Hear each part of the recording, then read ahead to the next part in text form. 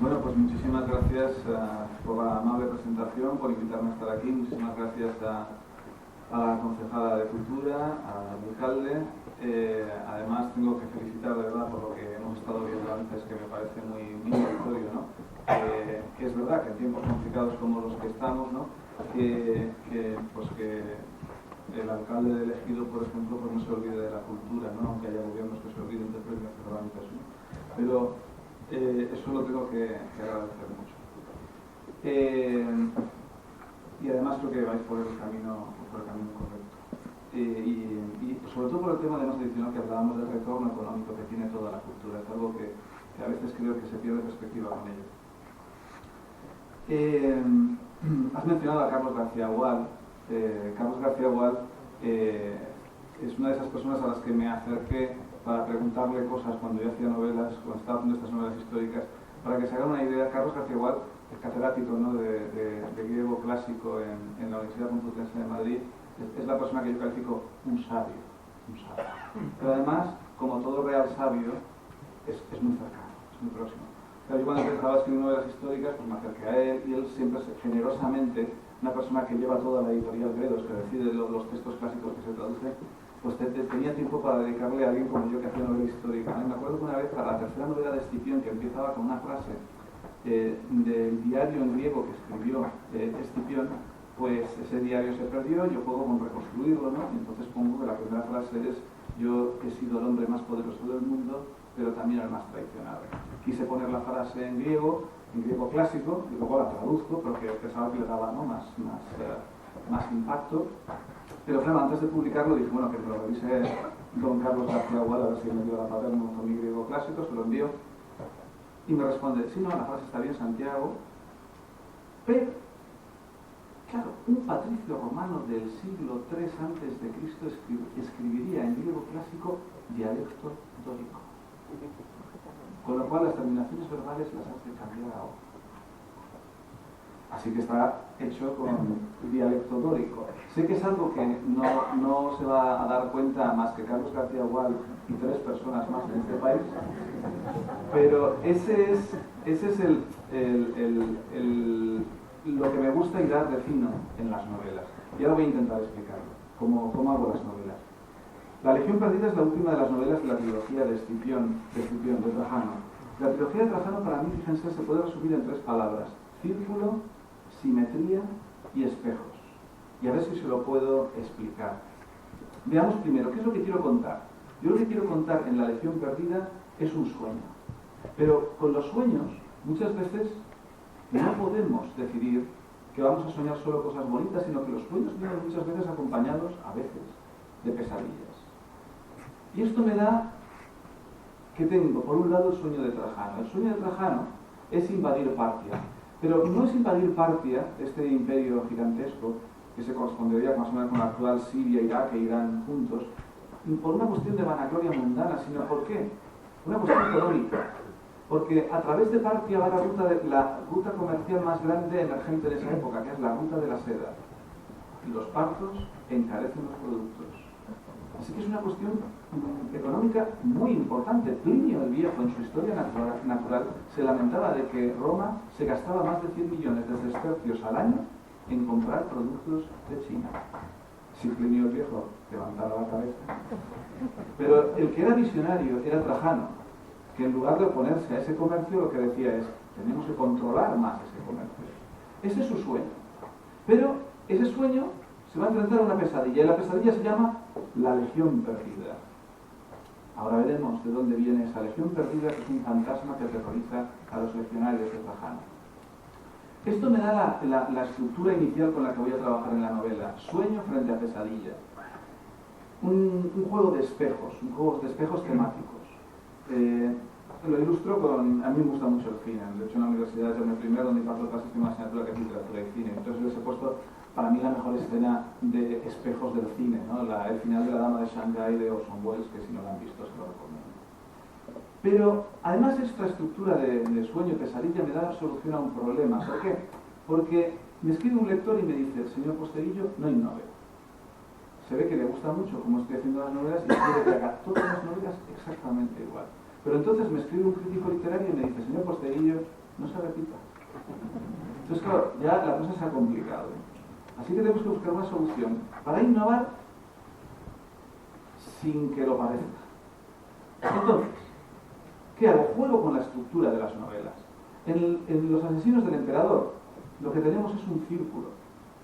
La novela, ¿no?, que has estado leyendo, empieza con el intento para conseguir asesinar a un emperador, pero cuando no está resuelto, corto y hago un flashback. La palabra en español que está ya olvidada es analepsis, un salto atrás en el tiempo, de 800 páginas, pero los lectores saben que voy a recuperarlo y al final resuelvo la situación y cierro el círculo. Paso a la segunda novela de la trilogía, Circo Máximo, y aquí lo que hago es una estructura simétrica.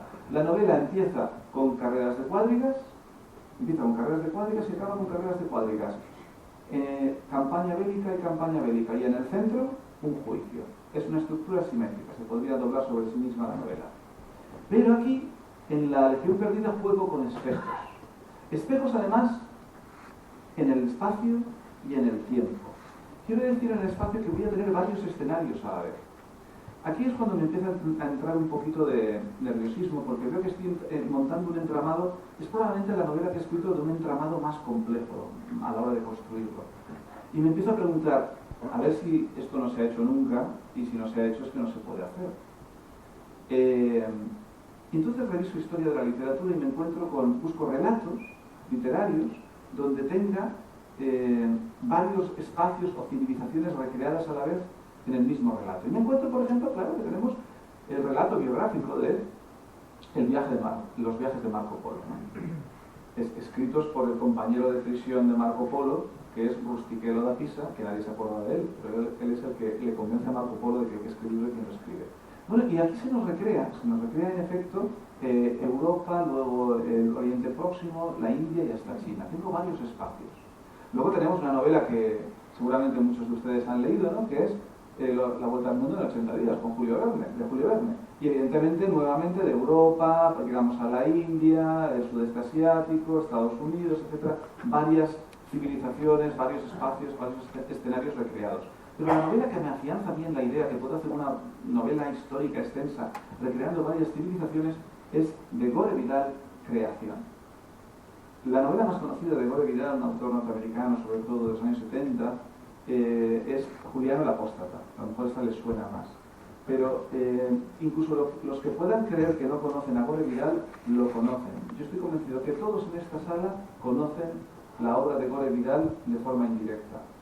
Conocen sus guiones de cine, porque todos ustedes han visto Ben-Hur, ¿verdad? La de William Wyler del 59. Y si no, ya saben que en Pascua tendremos una nueva oportunidad. Y en cualquier caso, yo la última Pascua me volví a sentar a verla entera. Además, casi que me hace gracia que la transmitan en directo, ¿no?, por la televisión. Bueno, en Creación, Gore Vidal, les decía que hizo el guión. Lo que pasa es que si alguien me dice, ya, pero no sale en los títulos de crédito, eso es porque Gore Vidal, que era un perfeccionista, se enfadó con William Wyler, porque William Wyler no le hizo caso en todo, y entonces obligó a que retiraran su nombre. Pero en la adaptación de la novela de Wallace, del siglo XIX, de Ben-Hur, el guión lo hace realmente Gore Vidal.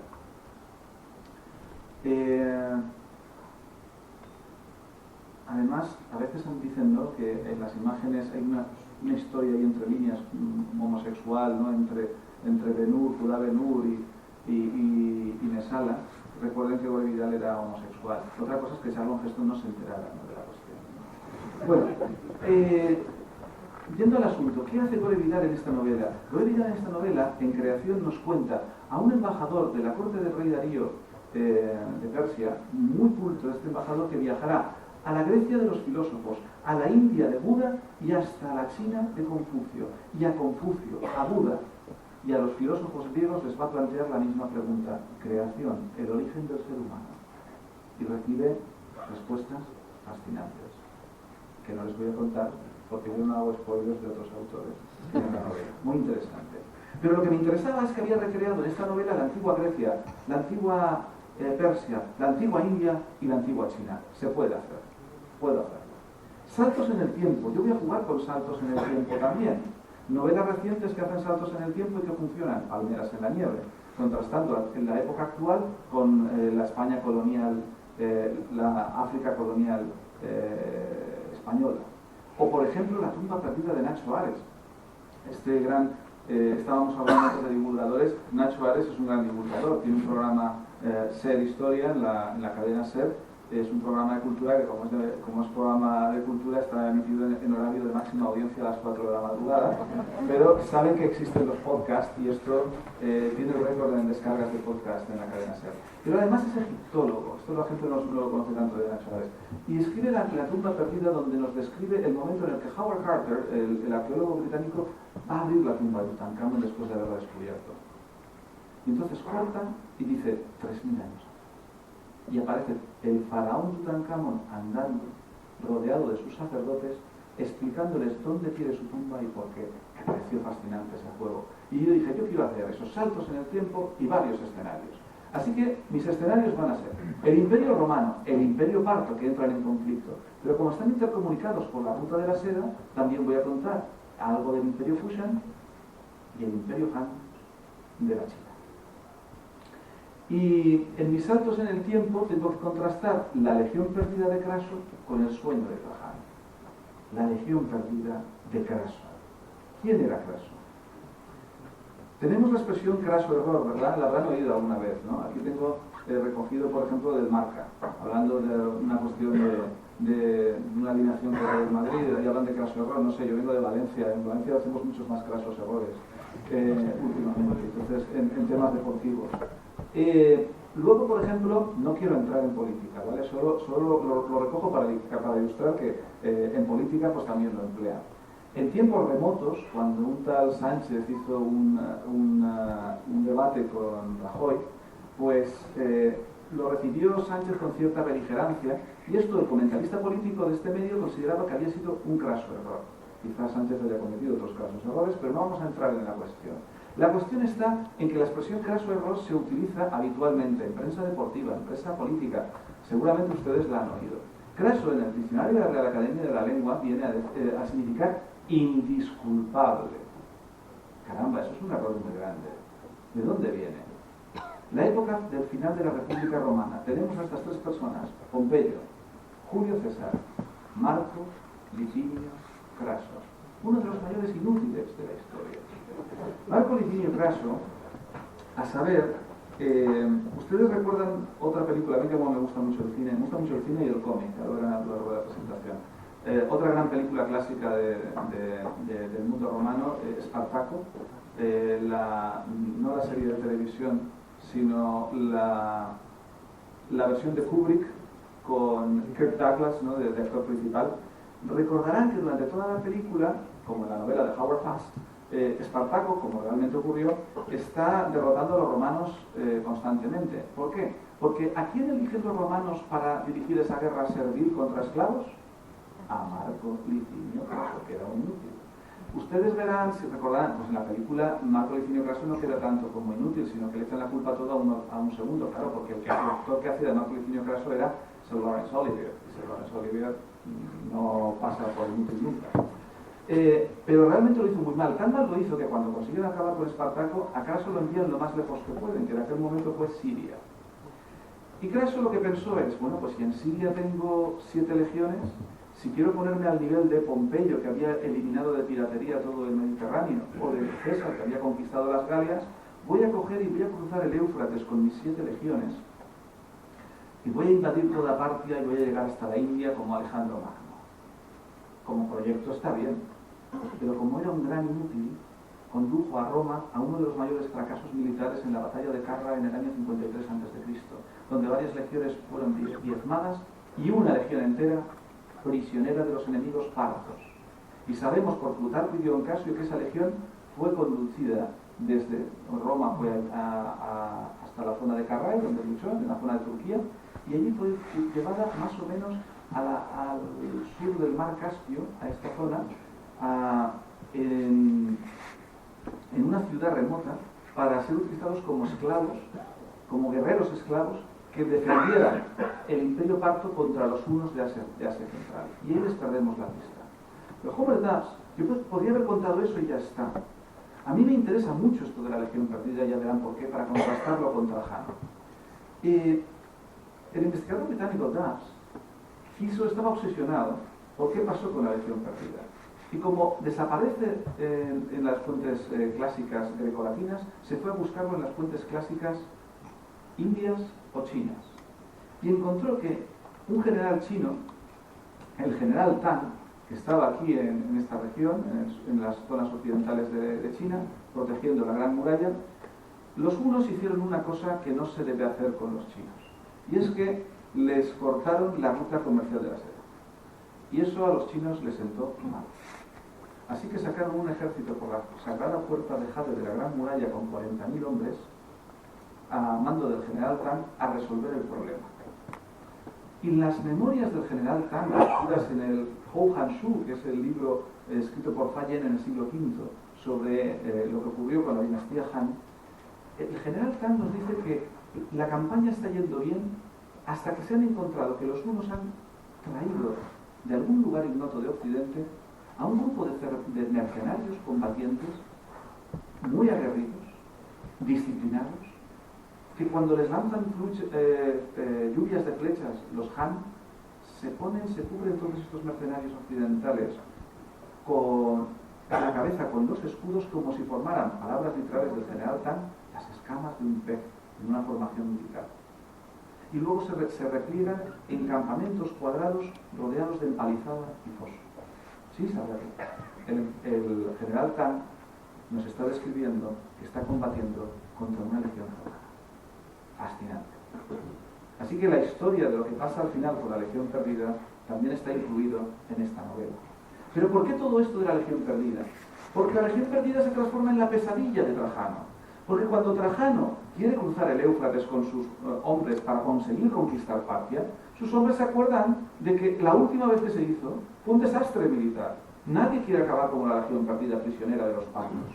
Así que se transforma la legión en un fantasma. Incluso Trajano llega a decir: hemos sido derrotados antes de luchar.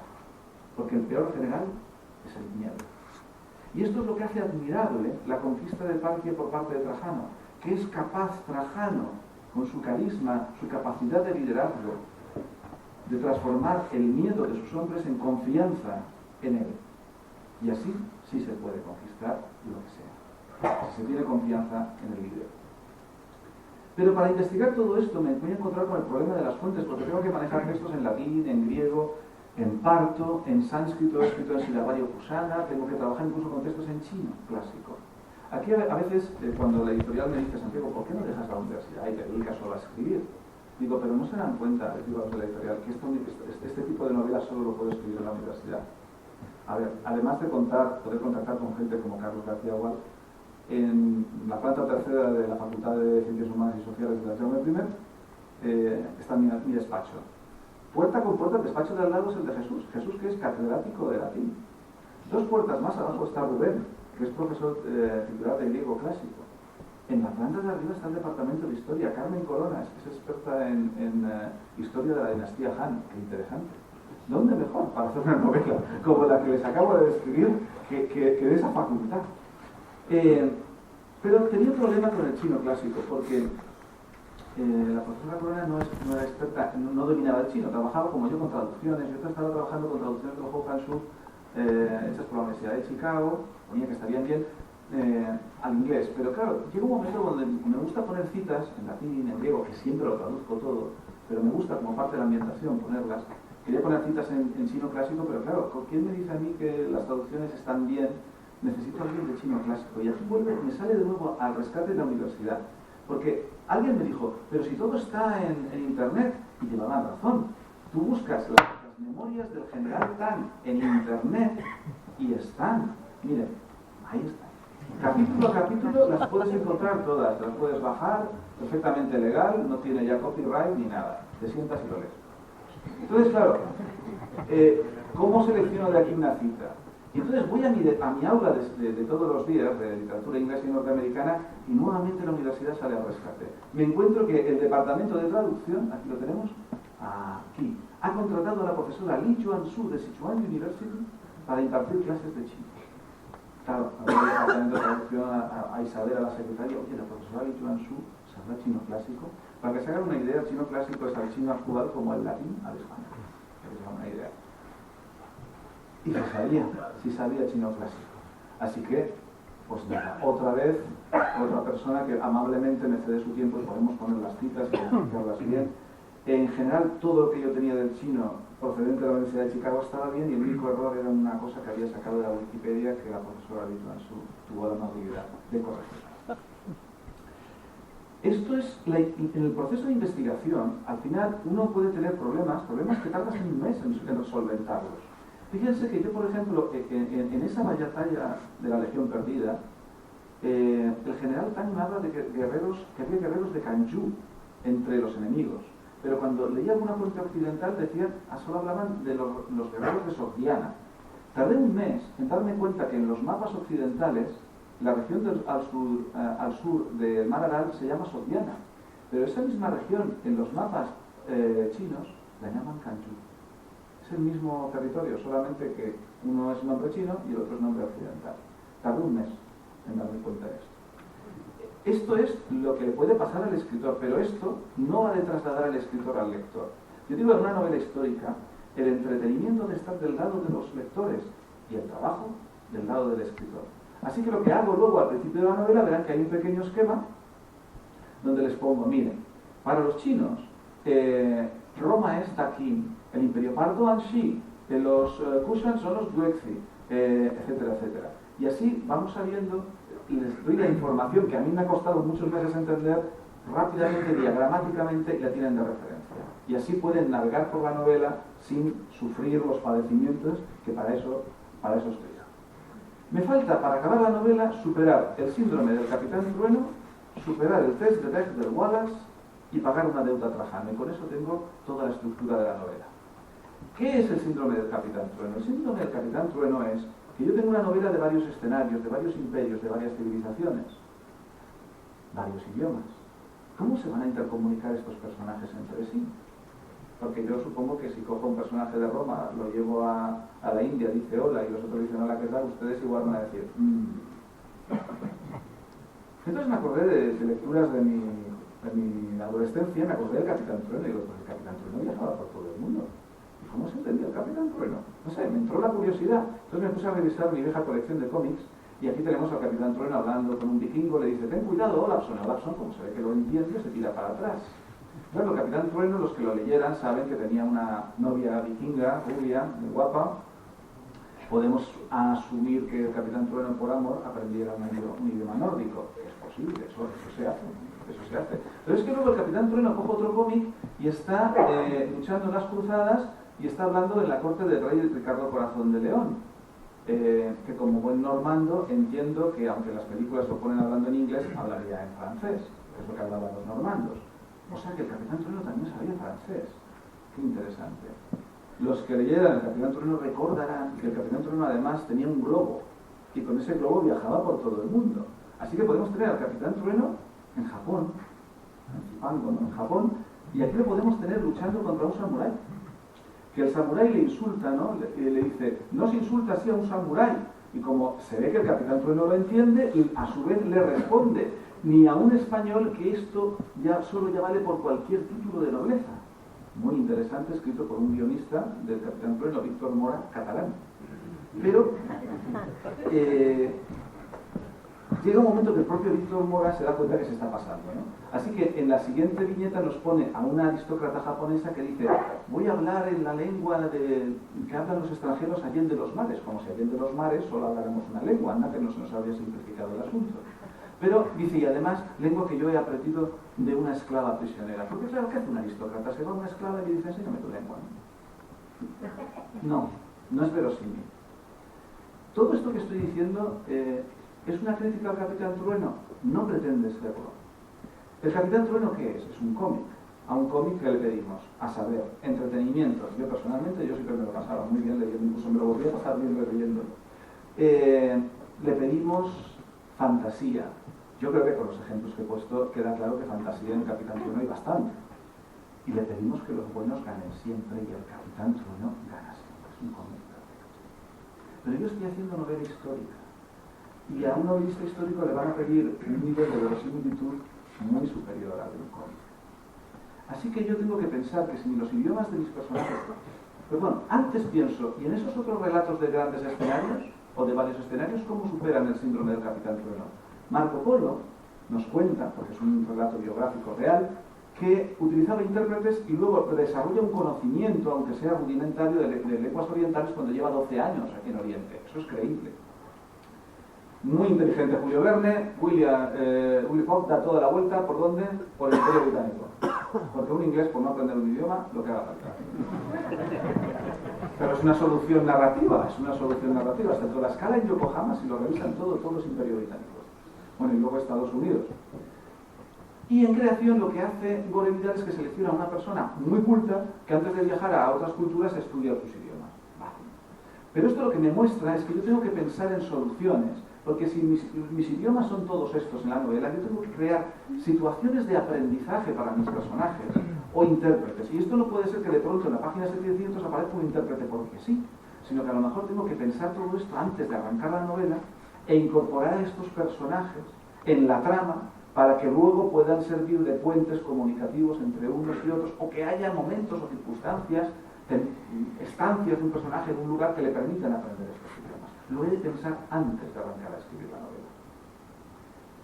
Con esto he innovado en estructura, pero he mantenido capítulos cortos, ritmo intenso y narrativa cinematográfica lo más que puedo. Intento que parezca una película, pero un lenguaje sencillo. Ya es bastante compleja la trama y el entramado. Un lenguaje sencillo. Hacer un lenguaje sencillo no quiere decir que sea fácil. Aquí tienen un cuadro de Matisse. Cuentan la anécdota de que una vez cuando Matisse impartía clase, observó que varios de sus alumnos estaban pintando un cuadro a toda velocidad. Y él preguntó, ¿pero qué hacéis? Y le dijeron, no, es que intentamos capturar la improvisación y la frescura de sus cuadros. Y Matisse se reía y decía, pero ¿no os dais cuenta que mi cuadro aparentemente más improvisado es fruto de 30 largas sesiones de trabajo? Porque lo aparentemente sencillo no quiere decir que se haga en poco tiempo. Con esto lo tenemos todo y nos falta el test de Bechdel-Wallace y la deuda con Trajano. ¿Qué es el test de Bechdel? El test de Bechdel es otra autora de cómic. En este caso nos tenemos que ir a Estados Unidos. Es un cómic norteamericano. A partir de una tira cómica que escribe Bechdel, luego con su amiga psicóloga Wallace establecerán un test basado en esta tira. Aquí tenemos a dos personajes femeninos y una le propone a la otra ir al cine, pero la otra le dice, no, yo no voy al cine a no ser que la película cumpla tres normas. Se las pongo aquí. Primera norma, que haya personajes femeninos con nombre en la película. Bueno. Segunda norma, que esos personajes femeninos hablen a solas, entre ellas, alguna vez en la película. Piensen en películas que han visto recientemente. Puede que no pase. Pero ahora la prueba del algodón. 3. Que hablen de algo que no sea hombre. Y observarán que en muchísimas películas se les caen. De hecho, el personaje de la tira cómica termina diciendo, la última película que pude ver fue Alien. Este test es muy controvertido. Hay gente que dice, no, es un feminismo exagerado. Feministas que dicen, bueno, aunque superes el test de Bechdel-Wallace, tampoco quiere decir que tu relato deje de ser sexista. Bien, yo no voy a entrar a valorar esto, pero me lo tomo como un estímulo. Digo, bueno, es un test sencillo. Y siempre procuro que todas mis novelas superen el test de Bechdel-Wallace. Que creo que lo he conseguido desde Las Legiones Malditas. La primera no lo pasa, las demás sí. Pero muy bien, todos poco a poco aprendemos. Entonces digo, La Legión Perdida, he hecho todo este montaje, todo este entramado de escenarios, de saltos en el tiempo. Bueno, ¿y cuáles personajes femeninos tengo? Hombre, pues tengo a Alana y Tamura, Alana la guerrera sármata, Tamura su hija, tengo a Plotina, la mujer de Trajano, emperatriz, 1200 páginas, y no tengo más personajes femeninos. Pues como no ponga a la guerrera sármata a hablar con la emperatriz, no sé de qué, no sé cómo vamos a superarlo. Y entonces siempre me preguntaba que por qué me pasaba esto, porque pasa siempre hasta que hago el repaso y lo corrijo. ¿Por qué pasa esto siempre? Sobre todo cuando haces novelas históricas sobre épocas de hace 2000 años. Porque ¿cuáles son mis fuentes clásicas? Dion Casio, Plutarco, Flavio Josefo, Tito Livio, Polibio, Juvenal. ¿Lo van viendo? Plinio, el viejo, Plinio, el joven, Cicerón. Son todos hombres. Y solo hablan de hombres. Ha habido quien me ha dicho, hombre Santiago, pero has de entender que la mujer, claro, tampoco tenía en esa época, esto me lo intentaba explicar a alguien, no porque le pareciera bien, sino intentaba explicar a lo mejor lo que había pasado, que no había mujeres relevantes o imposiciones relevantes en aquella época. Digo, bueno, puede ser, o no, vamos a ver, porque claro, entonces me quedo limitado a que las mujeres solo pueden ser o esposas, o concubinas, o esclavas. Así que vamos a repasar los textos clásicos, a ver si en las esquinas encontramos alguna mujer, y para empezar me encuentro con una princesa parta. No es esta mujer, ahora llegaré a ella. La princesa parta me cuenta Dion Casio que en una de las batallas entre el emperador Trajano y el emperador parto Osroes, la hija del emperador parto acaba prisionera de las tropas de Trajano. Yo sé además que cualquier aristócrata parto, incluidas las princesas, sabe griego clásico. Trajano sabe griego clásico. Superado el síndrome del capitán trueno entre esos personajes, pudieron hablar entre sí. Si podían hablar entre sí, ¿qué se dijeron? Yo ya mi imaginación se va disparando porque me parece un personaje muy interesante. Caramba, la hija del emperador enemigo, prisionera tuya. Aquí tenemos material para hacer novela. Pero, ¿cuál era el punto primero del test de Bechdel? Que tenga nombre. Claro que tenga nombre. Pues no se me ha quedado. Voy a volver a releerme otra vez a Dion Casio. ¿Saben cómo llama o cómo se refiere sistemáticamente Dion Casio a esta princesa parta? La hija de Orroes. Y Plutarco, la hija de Orroes. ¿Qué hago? Me paso 1200 páginas, la hija de Orroes se levantó, la hija de Orroes entornó los ojos, la hija de Orroes pensó, la hija de Orroes dijo. O a lo mejor uno de ustedes me va a escribir a la página web cuando esté en la página 300 de la novela y dirán, oiga, póngale un nombre.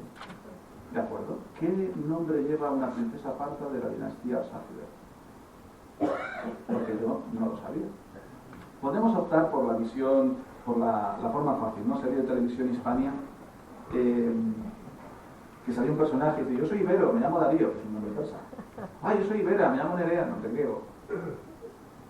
Mira que tú pones en Google nombres iberos y te sale un listado. Luego, si quieres, llamas a un catedrático que te lo certifique, un catedrático de historia antigua. Coste económico de la operación, 0. Pero no lo hicieron. Puedo optar por eso, por inventarme el nombre, pero no me gusta hacer eso. Vamos a trabajar. Entonces, te pones a trabajar a ver si alguien se ha preocupado durante 20 siglos de cómo narices se llaman las princesas partas de las dinastías arsácidas. Y cómo no, tiene que ser una mujer la que rescate a las mujeres del pasado. Tengo a la profesora María Brosius de la Universidad de Toronto, que está doctorada por la Universidad de Oxford. Su tesis doctoral se titula Las mujeres en la Persia y Partia preislámica, y amablemente me la divide en 3 partes, según las 3 dinastías partas, la aqueménida, la arsácida y la sasánida. Digo que gracias porque solo me he de leer un tercio de la tesis. Recuerden que estamos buscando un nombre. Y ahí me descubre hasta 7 nombres habituales de princesas partas de dinastía arsácida, de entre los cuales selecciono uno. Existe una posibilidad entre 7 de que hayamos acertado.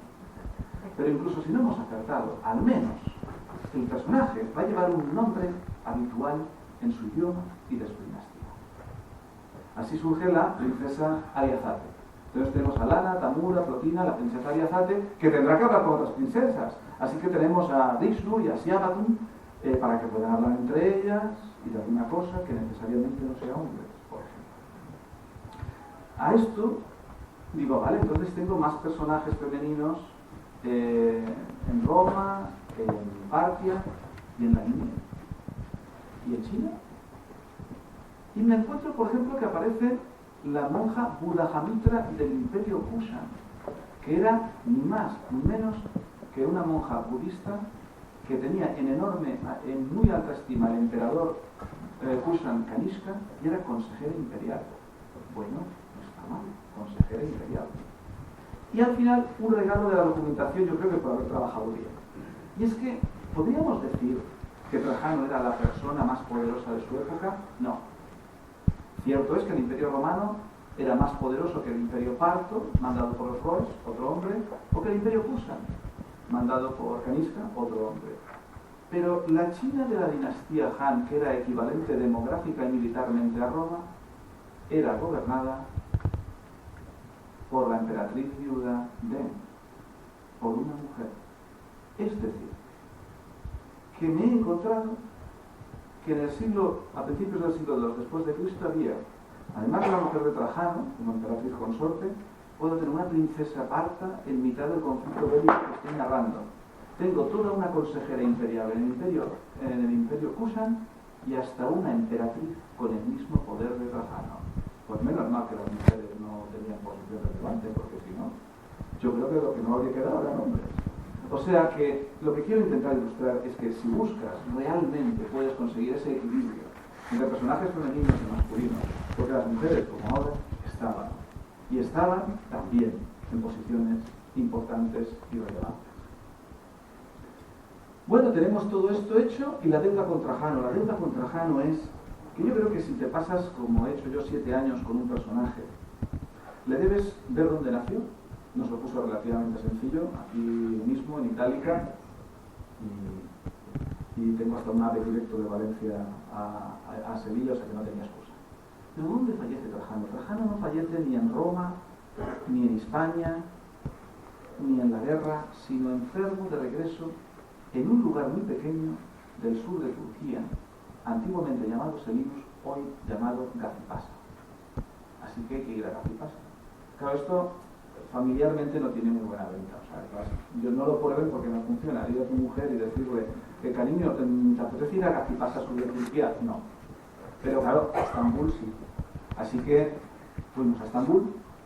Y bueno, vemos el maravilloso Estambul, la maravillosa Hagia Sofía, la basílica construida en tiempos de Justiniano, impresionante.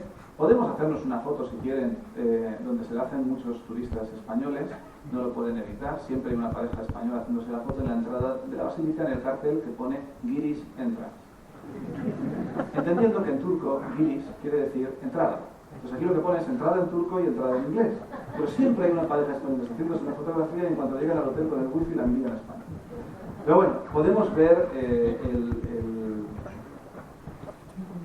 los restos romanos, el obelisco que marcaba el centro del hipódromo, el mercado de las especias, no se lo pierdan, el palacio Topkapi, para que se haga una idea, eso es el equivalente al Escorial en el Imperio Otomano. Cuando en la batalla de Lepanto las decisiones se toman en el Escorial, las contradecisiones se toman en este palacio, en el palacio Topkapi.